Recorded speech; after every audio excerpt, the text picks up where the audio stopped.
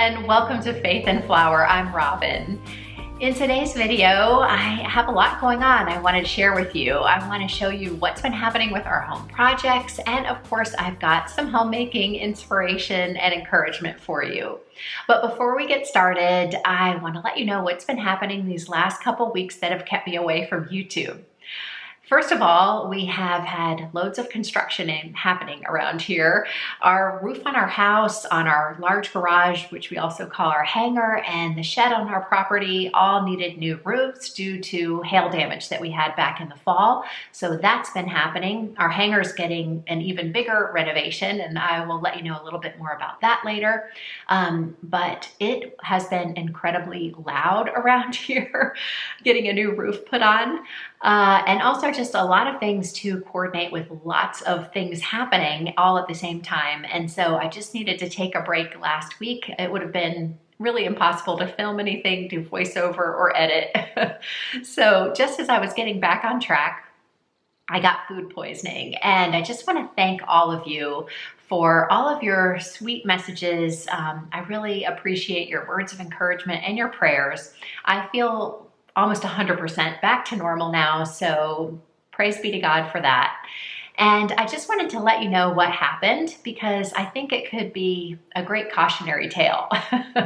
So several of you had thoughts that maybe it wasn't food poisoning, that it could be norovirus or some other stomach virus that's going around. And I know that there are some things out there right now.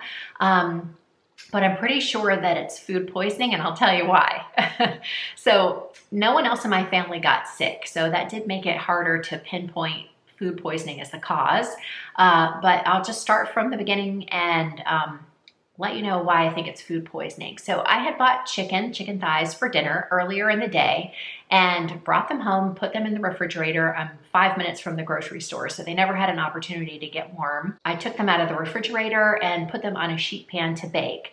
I made sure that I baked them to the proper temperature, and we ate dinner. And shortly after dinner, Patrick and I watched a movie, and then around 10:30 at night when that was finished, I suddenly felt extremely ill, and I was very, very sick all night long. It was 8 hours, just continuous, and really, really awful. But then it was over. And actually also during that time, I had a fever, which we found out can be consistent with food poisoning. And the thing that makes it hard to determine the difference between food poisoning and a virus is that they do share a lot of the same symptoms. But usually the difference is the length of time the event lasts. And so mine was only 8 hours. If it were norovirus or some other type of virus, it probably would be at least a 24-hour event. So based on that, I'm guessing it was food poisoning, and I think that the only thing logical is that it would be I exposed myself to the raw chicken juices when I was preparing dinner that night. That's really disgusting.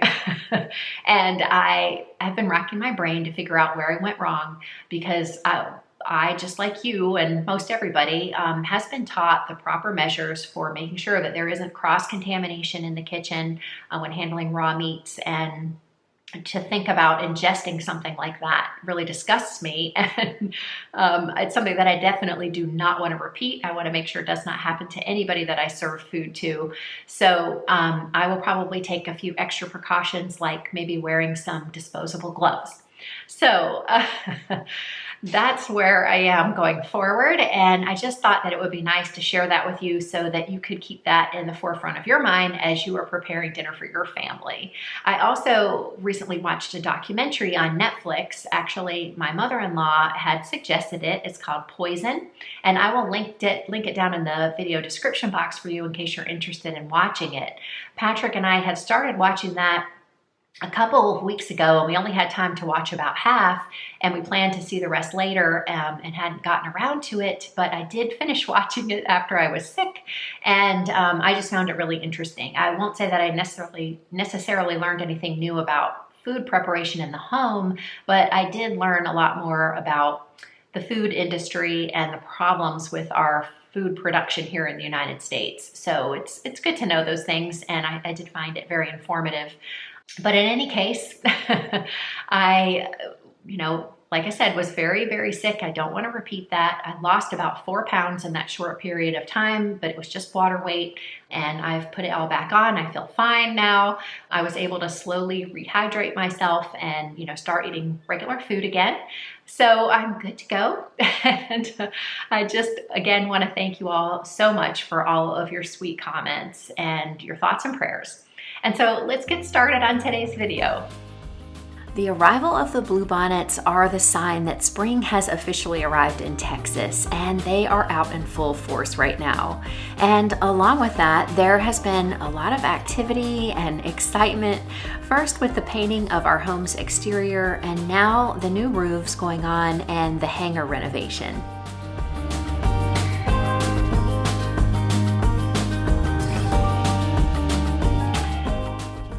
We also made an exciting discovery. All of the bees that are helping to pollinate our flowers are probably coming from a hive that we found within a tree on the back of our property. As you can see, there is an entrance here near the bottom, and there's another one up higher. And when the construction noise quiets, you can hear the hum of the hive, which I am sure is full of honey.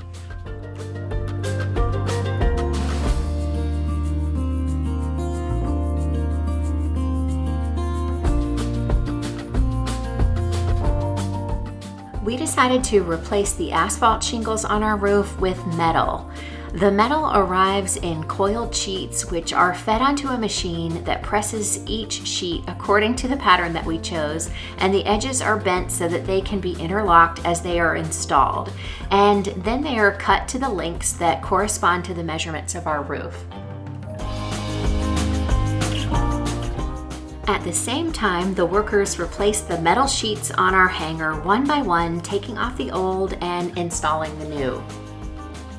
The old sheets have some corrosion, and that's why they needed to be replaced, but we decided to repurpose as much of it as we could, and Peyton helped us by power washing the ones that we could salvage. We plan to use them inside the hangar to line some of the walls after the new insulation goes up, so I'll keep you posted on how that goes. Here's our house with the new roof. We love how it turned out, and while I am showing you the front of our house, I wanted to answer your questions about the star.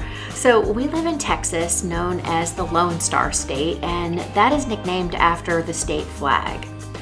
When Texas gained their independence from Mexico in 1836, they adopted a new flag that symbolized their independence, and later when they joined the Union and became the 28th state, they kept the star, and many people in Texas pay homage to this symbol by displaying a star on their home. Our home came with this star when we bought it 2 years ago, and we chose to keep it and really love it. We really love the contrast of the black metal roof against the white brick and siding, and besides being pretty, we chose to go with metal on our roof because it is more durable and more maintenance-free than asphalt. We also had questions about why we chose the color black, which seems like it would absorb a lot of heat and wouldn't be very efficient in our hot climate. But actually the metal is much more reflective than asphalt, so it's more efficient too. So now the roofs on the main house and the shed are finished, and this week we are finishing up the exterior renovations of the hangar.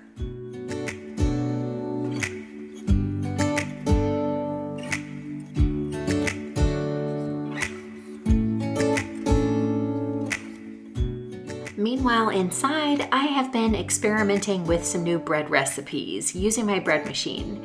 I bought our bread machine about 20 years ago from Williams-Sonoma, and it's still going strong, and we use it quite a lot. Back then, when we got it, I also got a recipe book, and it's the only one I've ever had that is specifically for the bread machine. All of the recipes in it are excellent, and I've tried quite a few, and they are really easy to follow.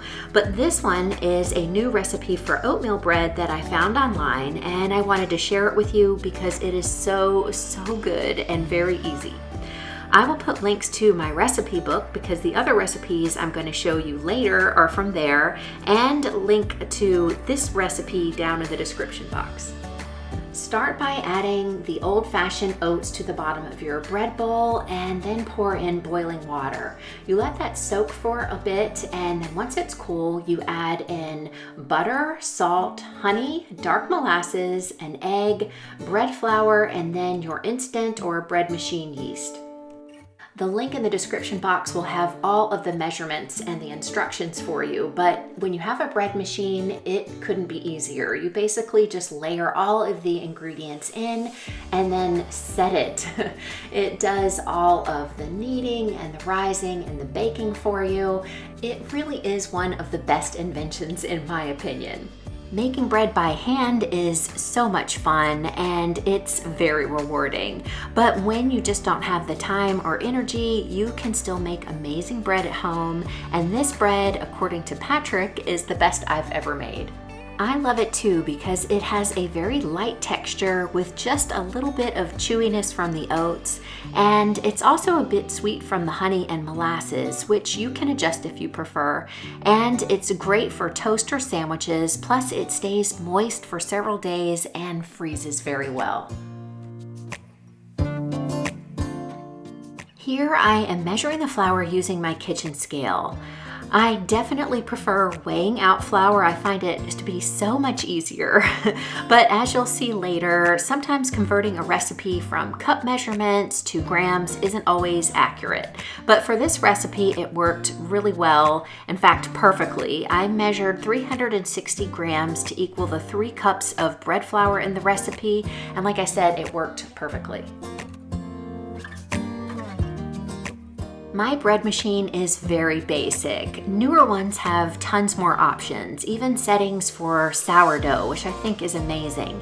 But for this recipe, I selected the light setting and it takes just 3 hours and 40 minutes.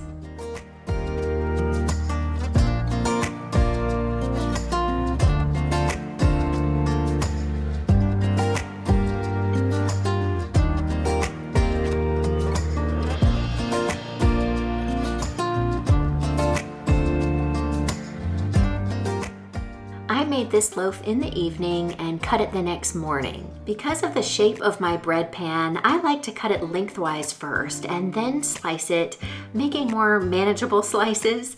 And afterwards, sometimes I'll freeze half if I think that we aren't going to be able to eat it in the next few days. I always leave the mixing paddle in the bottom of the pan while it bakes. I just don't bother to take it out. It never gets stuck inside after the bread has been baked, but it does leave a hole in the bottom, and I just don't mind that. I've already made this recipe a couple of times, and I think that it's now going to be my new go-to recipe. Let me know if you decide to try it and whether or not you love it too. In the bread machine cookbook I was telling you about, there is a recipe for bagels which has several variations.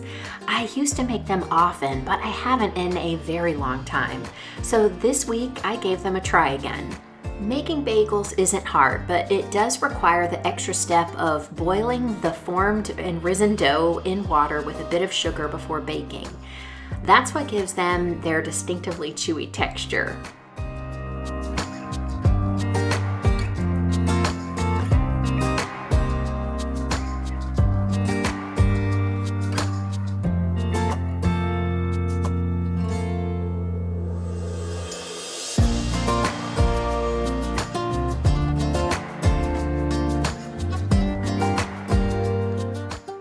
This time I also measured out 360 grams for the 3 cups of bread flour in the recipe, but this time it turned out to be too little flour, and I wound up needing to add more flour when it came out too sticky, which you'll see later. So just be aware that when a recipe is written in cup measurements, it might take some experimenting to convert it to grams. I am going to make some adjustments, and eventually I will get this recipe just right.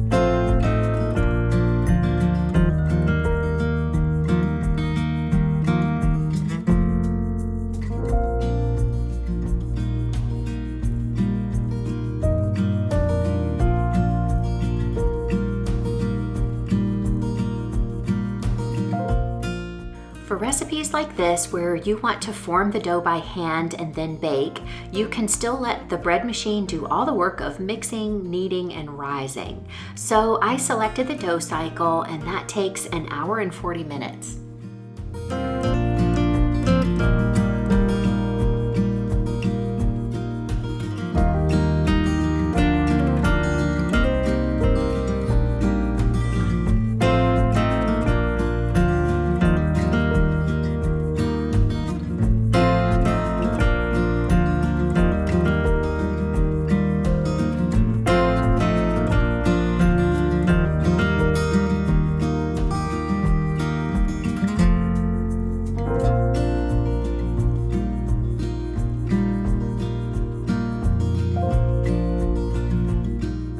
When the dough cycle was finished, I realized that the dough was too shaggy or sticky.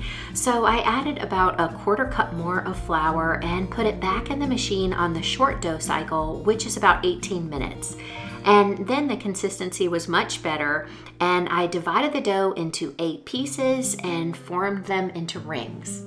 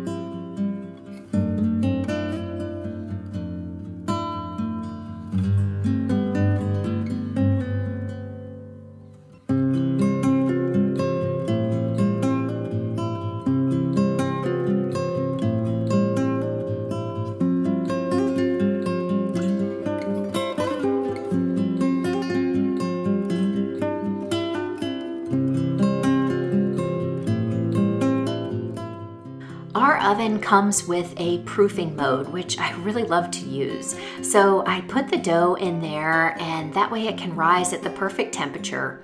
And when they were ready, I boiled them in water along with 1 tablespoon of sugar for about 1.5 minutes on each side.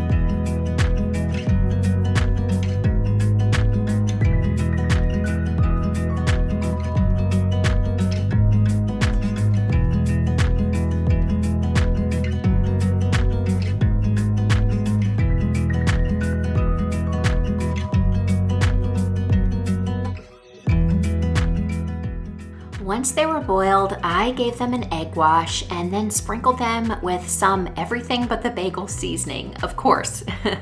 I baked them for about 15 minutes at 400 degrees Fahrenheit on a baking sheet that I sprinkled with cornmeal to keep them from sticking.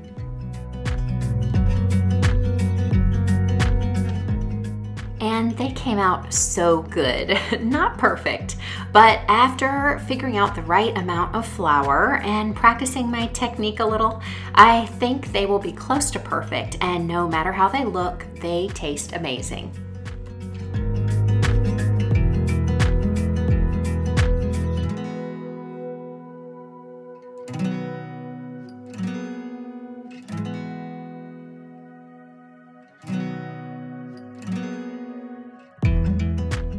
As I was restocking the pantry this week, I made sure we had some dry milk because several of the bread recipes I'd like to make from my cookbook call for it. I've also been mixing in some collagen into my tea and decided to store it in a mason jar too.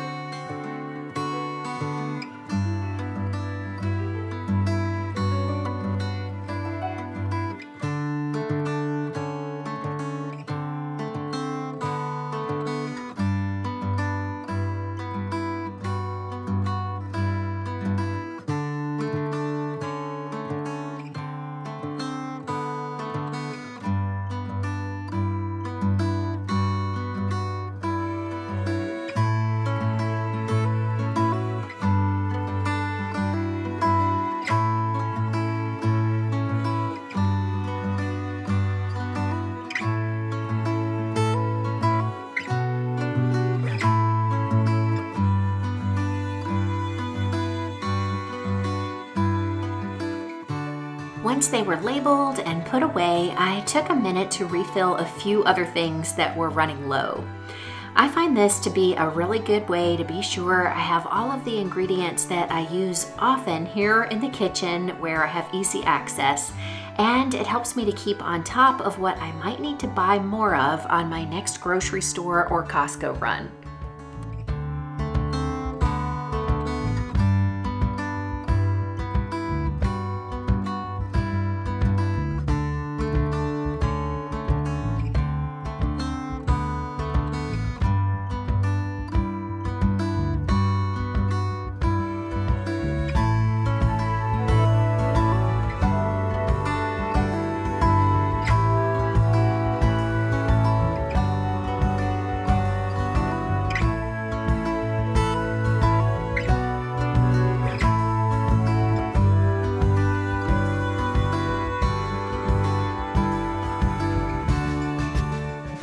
I had hoped to get this video out to you last week, so in honor of St. Patrick's Day, which now is past, I made an Irish soda bread. It's not the traditional recipe because this one is a yeast bread, but it does capture the flavors and we really enjoyed it, and I think you will too. Even though St. Patrick's Day has passed, it would be good any time of year. Once again, I used my kitchen scale, but this time I measured out the 3 cups of bread flour to see what it weighed. I put the water in first and then zeroed out or tared the scale before adding the flour. If I like the consistency of the bread, then I'll know for next time how much bread flour to weigh out, and it will also help me to know how much to use in the bagel recipe. When I measure flour, I usually scoop it from the container and then level it off. I know that the proper technique is to spoon the flour into the measuring cup and then level it so that the flour doesn't get too compacted. But in all the years I've used this cookbook, these recipes and bread machine, this is how I've done it with excellent results. So I don't want to change that now. It looks like my weigh measures 3 cups of bread flour at 425 grams. For this loaf, that was perfect, so I'm going to stick with that, and then 425 grams is what I'll use when I make bagels next time too.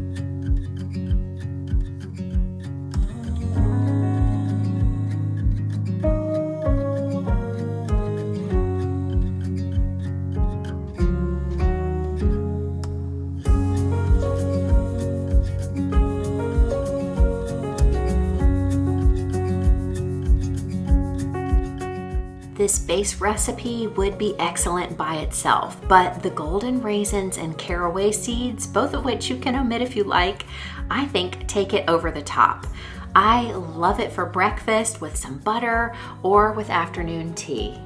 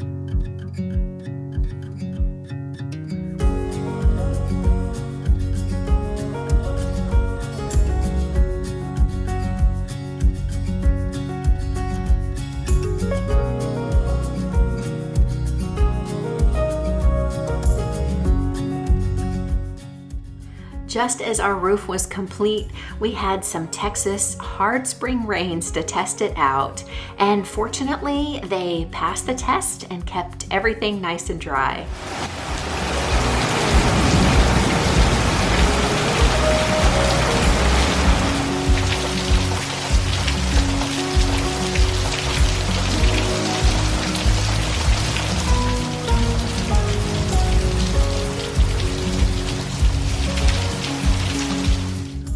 This coming week, my plan is to give our interior a bit of a spring decor reset along with some spring cleaning. So let me know if you'd like to see that in an upcoming video.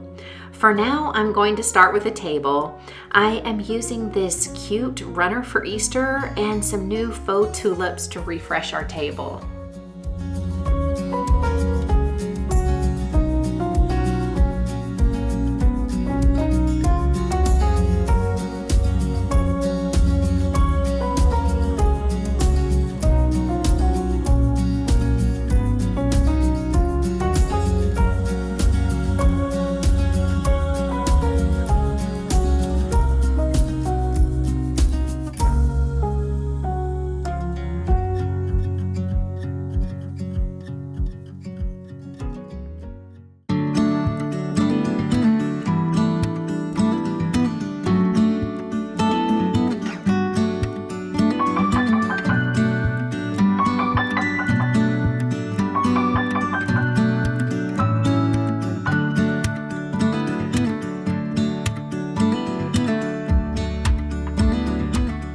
If you enjoyed today's video, be sure to give it a thumbs up and don't leave without subscribing. We'd really love to have you join our amazing community of subscribers here at Faith and Flour.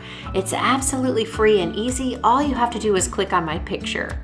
I am looking forward to chatting with you in the comments, so be sure to leave one below, and I'll see you in the next video. Until then, have a wonderful week.